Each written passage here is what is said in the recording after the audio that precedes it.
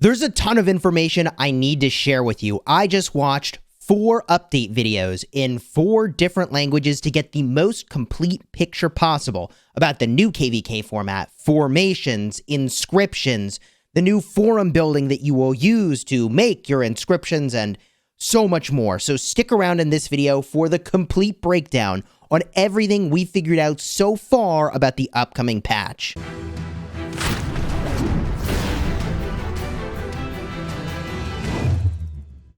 Hello my friends and welcome back. I'm Chisgule Gaming, and for those of you that haven't subscribed to the channel, I make news and update videos as soon as the information drops, and I can get you as complete a picture as possible.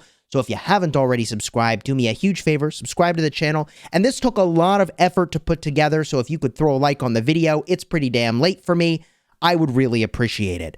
The first thing we're going to start with is formations, and use the timestamps in the description to navigate to whichever part you're most interested in.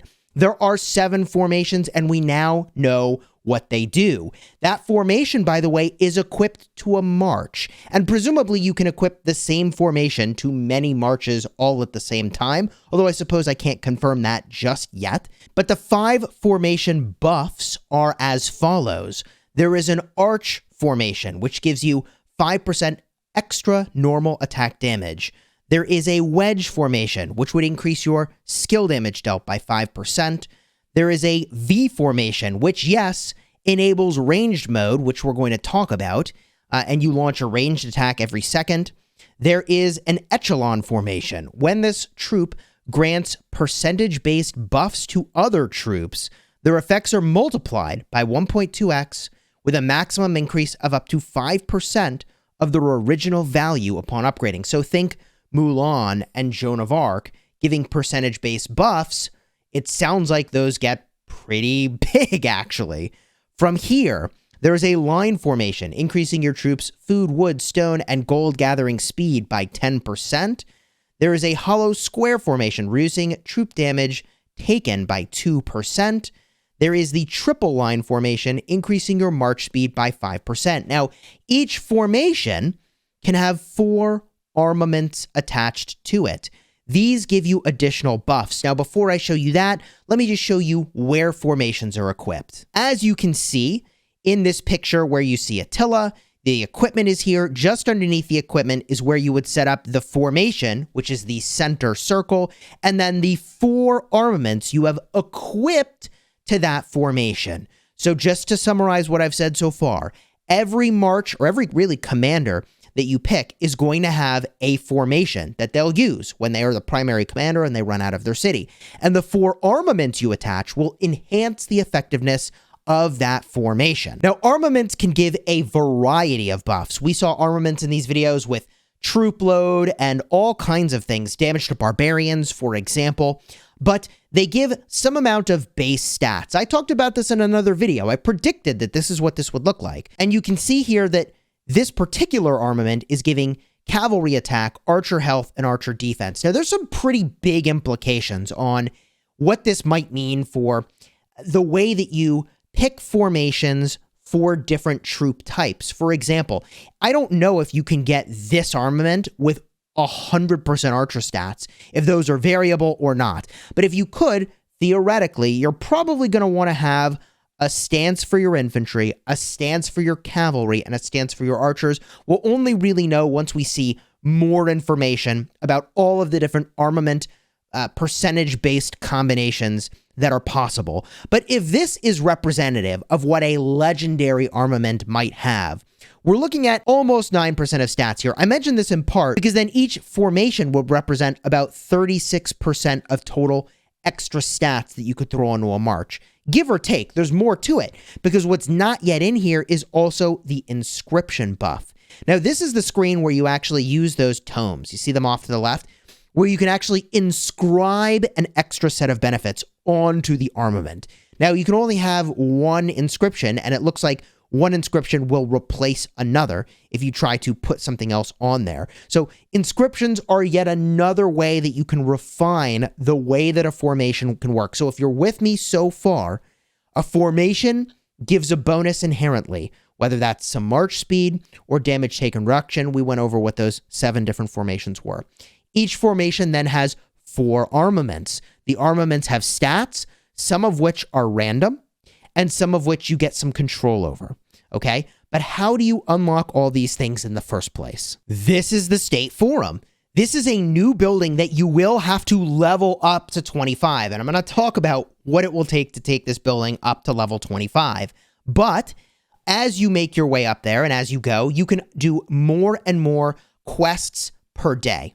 These quests have different rarities of reward, and this is the way that you can unlock, I believe, some armaments, some inscription materials, and after, theoretically, you do some number of these quests, you can see all the way on the left, there's a special chest that gives you something extra. Now, to do these quests, there are potential rewards, as shown here. This, I think, is an epic or a legendary inscription, okay? And that is the stat that you get to choose on your armament. And you have to dispatch some number of commanders to actually go on the quest, and you have to spend some action points. So in this case, you would need to have 4 level 10 commanders, at least 4 epic or rarer commanders, and at least 1 leadership commander. So really, all the commanders have to be level 10 or higher, all the commanders have to be epic or legendary, and at least 1 needs to be a leadership commander. Now, you can push the auto team up button for them to select the commanders for you, but you can't be on multiple quests at a time, I believe. Now, some of these quests do take time. I mean, this one takes 5 hours, 4 hours, and so on. So having more commanders will probably be valuable. And this doesn't look too strenuous. Like level 10 or higher is pretty achievable. Now, from there, you can see this quest is in flight. Those commanders are deployed. And 7 out of 8 of the dispatch chances have been used. This refreshes, I believe, daily, but the cadence might be a little bit different. And that cadence is in the upper left. You can see about 14 hours. Let's talk about this building itself, the forum building. I was able to find in a Russian version of the update video that this building does in fact go up to 25. And I don't know exactly what these bonuses are, but let me try to narrate what they are. There are 20 travel chances per day. I think that's the number of times you can spend AP, I think, per day. And then the number of dispatch options you can see at any one time is this number over here. There's a maximum of 8 when you hit level 25. And then there's a big bonus for sending rewards. I guess there's maybe a 1.5% chance of bigger rewards if you're up to level 25. And then over here is the power level that you get for doing this. So all that to say, the higher level, the better. You can do more quests in total, I think, and you can have more options available at a time, I think. And you might want to do some of the lower quests probably just because there's only so many quests that are visible at a time. And so you got to clear out some of the faster ones to get to the more rare ones, probably. I mean, 20 per day does feel like a lot. You're probably going to have to look in multiple times a day to get these quests done. The bigger thing that we noticed while they were showing some of these quests is there's an item you're going to need to upgrade the state forum. And that item, it was about, well, it's the same gem cost as using or buying your Books of the Covenant. Now, I don't know how obtainable these are because this was in the Russian video that we were looking at this, or maybe this was a different language, but either way, in fact, this is not Russian, but either way, the ratio of how many of these you need compared to Books of the Covenant looks like it's like 3/4 as many.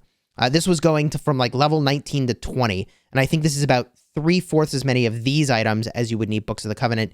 So you will probably be gated, but I don't know how much of a gating this is because during the video, we saw them pick up a bunch of these just doing some of the quests themselves. So presumably people who are spending are going to gem this. I probably will on my main account, depending on what that big reward chance is. I don't know. I don't know if this is worth spending gems on yet or how fast this ramps up, but I would bet you can get to a pretty dang reasonable rate of flow of quests and the number of quests you can see at a time, probably just doing this really, really quickly or with a very small amount of gems. But we'll only know once we have access to this in game.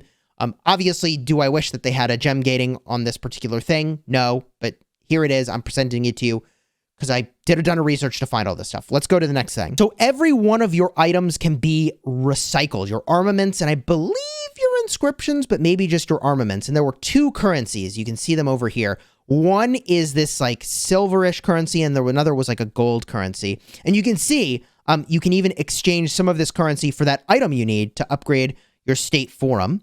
And I don't know what these are. If these are armaments, I think they might be, or inscriptions. But this is a store that refreshes periodically. I believe this was in your courier station. These are definitely inscriptions. So the other one might have been armaments. I'm pretty sure these are inscriptions. Maybe that item in the upper left is an armament. But you can see there's this gold coin currency and there's this tablet currency you use for inscriptions. And the shape that's on here is the formation that the inscription can be applied to. Yeah, these are definitely inscriptions. I just took a look at one of the pictures where they had showed sort of a pop-up here. This is engraving Van Min on legendary fighting glory. So it says increases the army's damage resistance by 2.5%, gain 10 rage for each buff cast, up to 30 rage per second. Some of these inscriptions are probably going to be pretty fun to play with. And, you know, I was chatting with Bunny and Ruz and a whole bunch of people in voice as we were doing this. And in hindsight, I wish I had been live streaming because I think this would have been a cool stream to do together. But I think the thing that we took away from looking at all these videos and studying all this information is that there's going to be a lot of customization for the way that your formations are going to work, and in turn, the way that your marches perform. Now, you can only customize so much because remember, the formation is not march specific. You can use the formation, I think, on many marches at a time. So you wouldn't want to, I think, over-tune it necessarily. Like, you probably want to have a formation that's focused on each troop type so that you can get a bunch of inscriptions and a bunch of buffs from your armaments that mostly benefit the one troop type. That's my impression so far. By the way, I found that picture again of the state forum upgrading from level 19 to 20, requiring 740 of these items over here. Now, this was on a test server. We found this in one of the videos. I don't know how this is going to translate to when this goes live. The patch might be going in tonight. It might be going in 2 days. They actually said in their original update note it was going to be on the 26th, and then they changed it to be the 24th, which that may be going live as this video gets published to my channel. Now, for what it's worth, the formations do have a slight visual representation on the map, but like, okay, I know this march takes 2% less damage. That doesn't really tell me too much information about what the march is going to do. However, ranged combat is pretty informative. When a march uses that ranged combat formation, they can select a little area on the map to deploy basically like a tower, and it had a 10-second load-up time and an instant departure time from your ranged formation. And you're basically just doing normal attacks. However, you are accumulating rage. And in the video, they showed that you could disembark from the ranged format and then immediately do your skill cycles, which seems pretty amazing. So I think to underestimate the potency of ranged combat is going to be a mistake.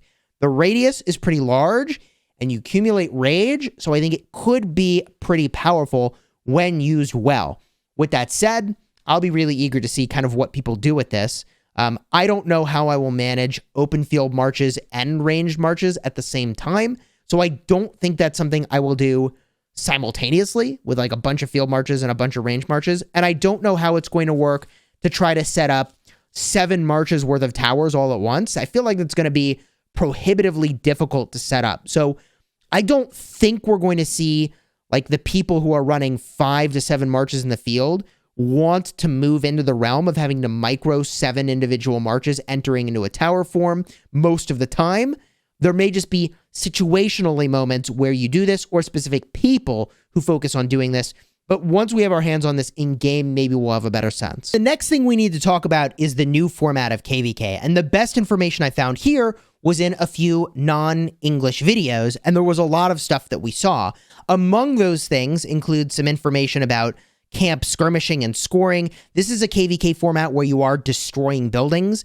And we also got to look at the map, which I'll show you in a moment. I did get a few pictures of some of the key rewards and how they're distributed in this game mode. And I mean, yes, there are some coins, which we're used to. There are stars that you get on your flag, which we're used to. And also, I did even get a picture of some of the special in-season currency, the special currency for this KvK format that you subsequently can use to upgrade your individual technology. So there's a new sort of tech tree where you're getting these strategy points, and you apply your strategy points. And, you know, I'm flipping through a bunch of pictures here. Let me show you how this works, okay? The seasonal strategies actually seem really cool. And at first, when I saw this, I was like, oh God, I don't know how this works. I'm freaking out. Am I going to be able to field fight and garrison and rally, or all these different things I want to do, or do I have to specialize? And there is specialization, but the abilities actually do seem really powerful and really cool. And I don't know how easy it is for everybody to get these strategy points, but if everybody gets the same number to work with, then I think that's actually really cool as well. So I want to go through all of these seasonal strategy upgrades that you can do. And one thing I'll go over before I show you each of these different seasonal strategies is that the info overlay was really important. So I want to go over this before I get into the details of how each of these different buffs works, because this is important, very important framework. So first and foremost, each tree has 4 different levels, okay? You can see the bottom tree, we see all 4 levels on here. And in order to learn a higher level strategy, you need to learn a lower level strategy. And you cannot have 2 of the same choices at the same time. So when these are paired up, you're picking one or the other to advance to the next level here. And that says also that the seasonal strategy selection cannot be undone. So you make your choice and you're stuck with it. I think that's because they're so powerful that it would be too OP to be able to switch between like a garrison swarming strategy and then an economy-based strategy. And you get up to 17 strategy points. 12 are for the Chronicles of the Lost Kingdom, and 5 for Crusader achievements and the event Destruction of the Event Enemy.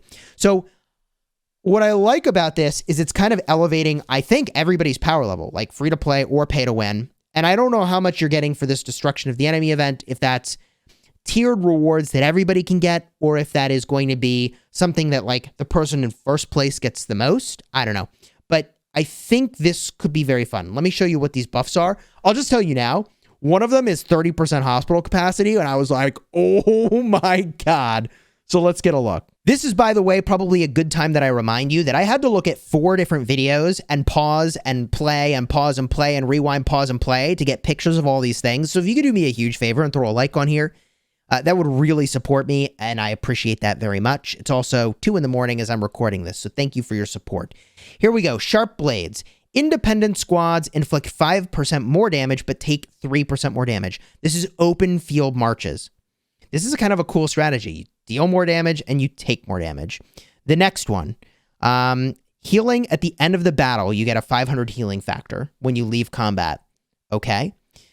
Going down to the middle lane here, there's the 30% hospital capacity in Compassion. The next one up is Mastery. This gave minus 10% to the cost of upgrading crystal mines and crystal research centers. I feel like this would be a very bad take.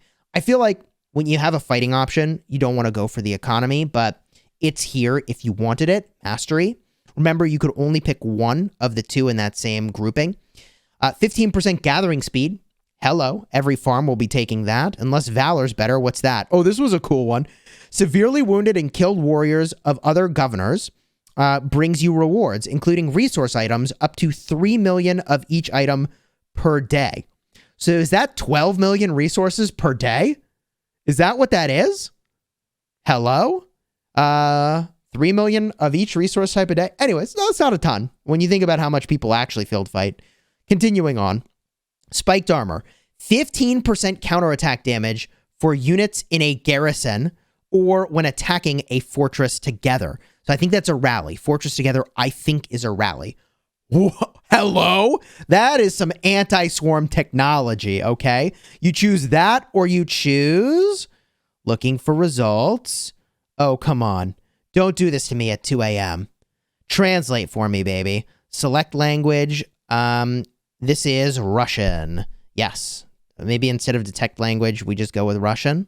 Okay, aggression. After learning this strategy, damage will increase by 0.1% for every 1 million points. I think that's 1 million kills. The effect stacks up to 50 times. Hello? So aggression is giving you all damage for the amount of troops that you're killing. And it looks like for longer running rallies and garrisons, aggression could be really cool. Although the counterattack for a garrison is like, and for a rally is pretty good. I mean, these are some interesting choices that you have to make here. Let's go to the next one. This is Thrift. Thrift is minus 10% to the cost of healing your troops. Kind of amazing.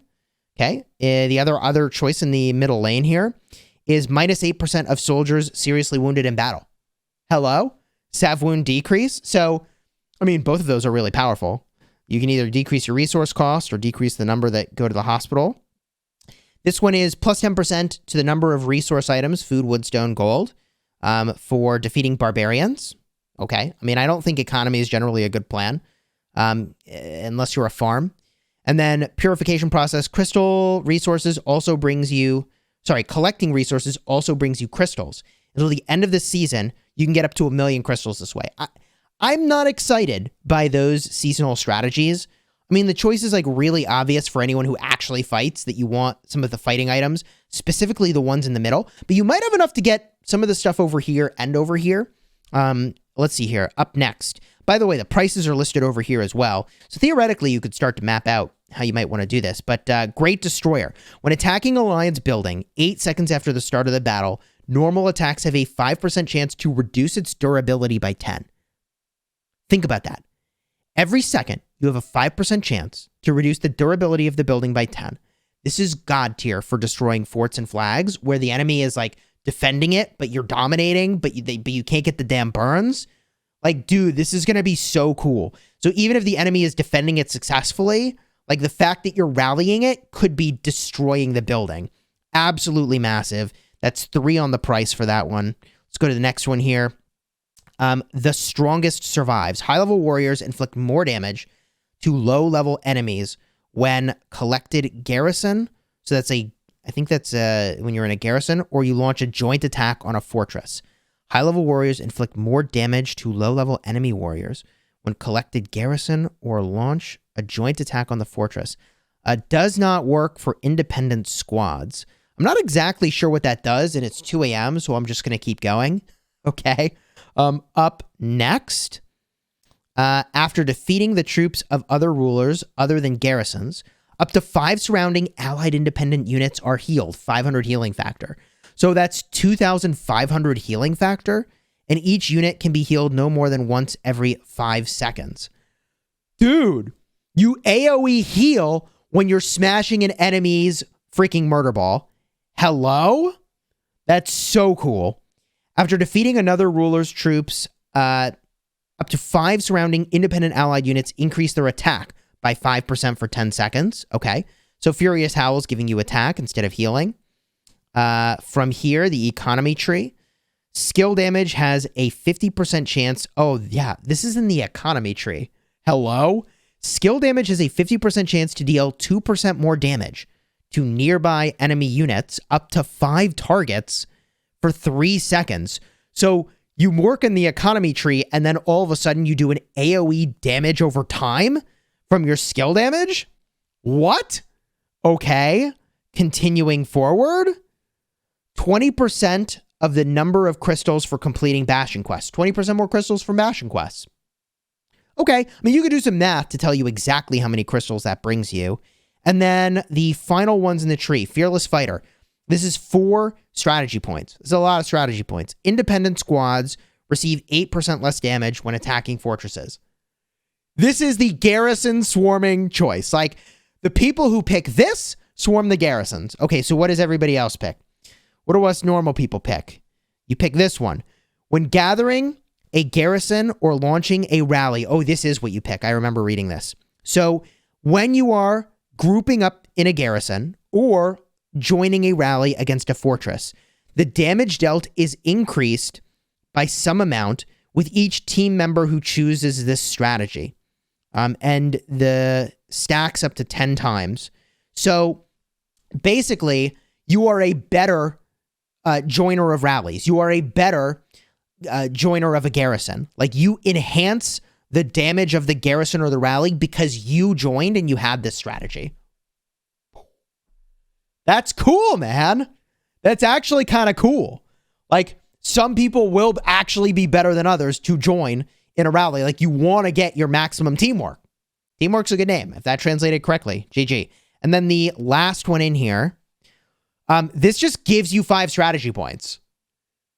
So if you go for economy at the start, your upside at the end is for 4 strategy points, you get 5 strategy points and you can put them somewhere else? I mean, that's a little bit of a head scratcher, but again, it's 2 a.m. Do me a huge favor, throw a like on the video, consider subscribing to the channel. You see, originally, I thought the map looked kind of like this, and you move first into a zone 5, right, all the way down in the bottom. And here, let me edit so I can show this to you. I thought you were going from zone 5 to zone 6 to 7 to Zig. Okay, I thought this was your route, but we got to look at the actual map. Very little sneak peek, and it's different than this, okay? Let me show you what it actually is. What it actually is, and it's late, so I only drew some of this, but it'll give you an idea. You actually enter over here in this middle zone, and this is a zone 4 pass for both of these zones. So you enter into 2 zones at the start, but then you have to fight in the ruins over here, and then your pass 6 is open. So there is a zone 5 fight. Both of these are technically zone 5s. Like, you get to them right away. But you can basically take one little portion of the enemy's zone at the start. Now, the thing that I don't like about this is that you can set up like you can in Heroic Anthem. And that fight, to me, is a little prolonged. We'll see if the new technology that makes things burn while you're rallying it or swarming it will make a difference. I think it could be catastrophic for breaking up that monotony, which could be really cool if it works out that way. So this could be a really contentious fight. So you do get a fight for a zone. Granted, it's a small zone, and granted, there is setup in that zone before you actually get to Kingsland. Now, from there, Pass 7's open, and you enter into this zone. This is the final zone before Kingsland. There are 2 little subzones, however, that have some conflict, and I don't think you can go through to the enemy's side. This is Pass 8, Pass 9, Pass 10 gets you into the Kingsland area, which is where the Zig is. Now, there are also 3 Herons, which are on the map over here. Okay. One of those you could lose to an enemy because that's in a zone that can be fought over. And there are 2, I think they were sanctuaries, not circles, in this zone over here.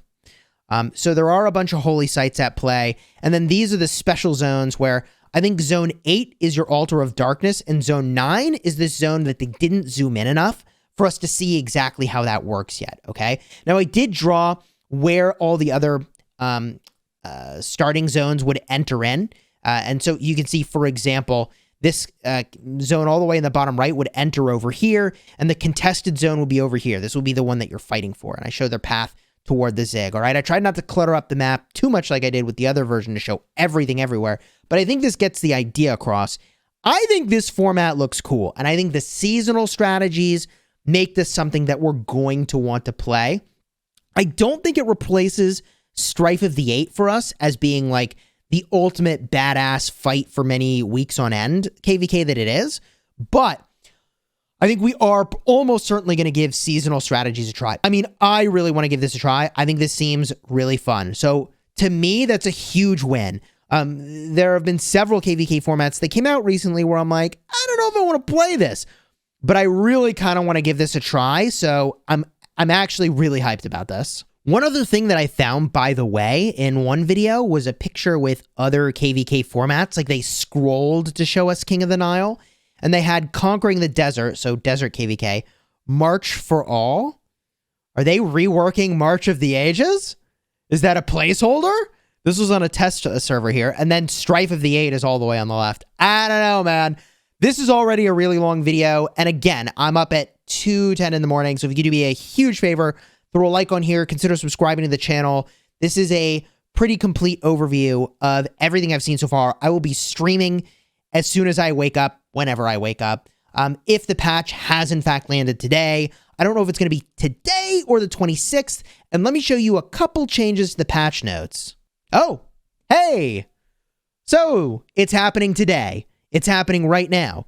Theoretically, I should maybe have stayed up 3 hours and tried to film a video then, but you never know, sometimes these maintenances run long. So I'm going to start editing this video, put it live on the channel. If you enjoyed this, do me that huge favor of throwing a like on here and subscribe to the channel, and I'll be back later today. Until next time, you have fun, smash your enemies, and leave your thoughts down below in the comments with what you think of the things that are in this update. Thank you.